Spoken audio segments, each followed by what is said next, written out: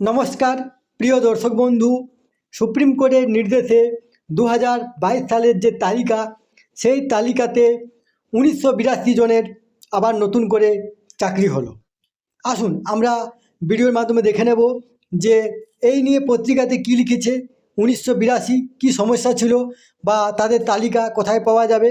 তার আগে আপনারা অবশ্যই আমার চ্যানেলটি সাবস্ক্রাইব করবেন এবং সবার আগে ভিডিও নোটিফিকেশান পাওয়ার জন্য সামনের যে বেল আইকন আছে সেখানে প্রেস করে নোটিফিকেশান অল করে রাখবেন এবং ভিডিওর সাথে লাইক কমেন্ট শেয়ার করবেন। তাহলে দেখুন এই নিয়ে পত্রিকাতে কী লিখেছে। সুপ্রিম নির্দেশে প্রাথমিকে চাকরি 1982 জনের। আদালতের নির্দেশে রাজ্যের প্রাথমিক স্কুলগুলিতে নতুন করে চাকরি পেতে চলেছেন আরও 1982 জন। প্রাথমিক শিক্ষা পর্ষদ বুধবার এক বিজ্ঞপ্তিতে গতকালকে এক বিজ্ঞপ্তিতে জানিয়েছে সুপ্রিম কোর্টের নির্দেশের পরিপ্রেক্ষিতে এই প্রার্থীদের নিয়োগ হতে চলেছে। তাদের নামের তালিকাও দেওয়া হয়েছে বিজ্ঞপ্তিতে। প্রসঙ্গত 2022-এ যে 12,500 শিক্ষক নিয়োগের বিজ্ঞপ্তি প্রকাশিত হয়েছিল, এই 1982 জন তখন আবেদনকারী ছিলেন। এই প্রার্থীরা 2020-22 শিক্ষাবর্ষে ডিএলএড কোর্সের পড়ুয়া ছিলেন। যে সময়ে নিয়োগ প্রক্রিয়া চলছিল তখন তাদের কোর্স সম্পূর্ণভাবে শেষ হয়নি, সেই কারণে পর্ষদ তাদের নিয়োগ করেনি।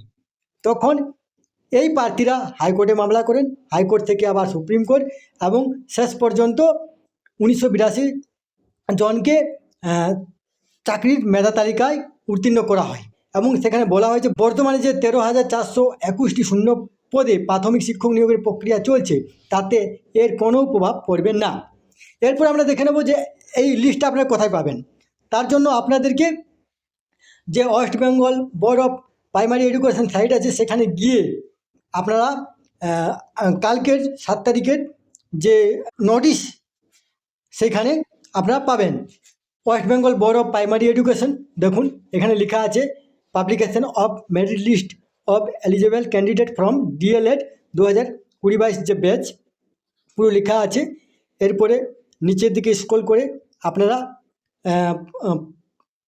Registration number, trade roll number পাবেন, নাম পাবেন, জেন্ডার পাবেন, কাস্ট পাবেন।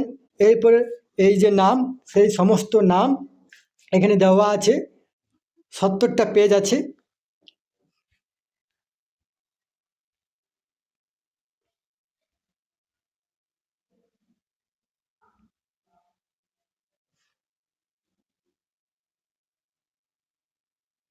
দেখুন এখানে 1966টা বেঙ্গলি মিডিয়ামে আছে, হিন্দি মিডিয়ামে আছে আপনার 13টা, এরপরে আপনার আছে নেপালিতে 1টা, আপনার সাঁওতালিতে 2টো। এই তথ্যটি আপনাদের সাথে শেয়ার করলাম। সুস্থ থাকবেন, ভালো থাকবেন, ধন্যবাদ।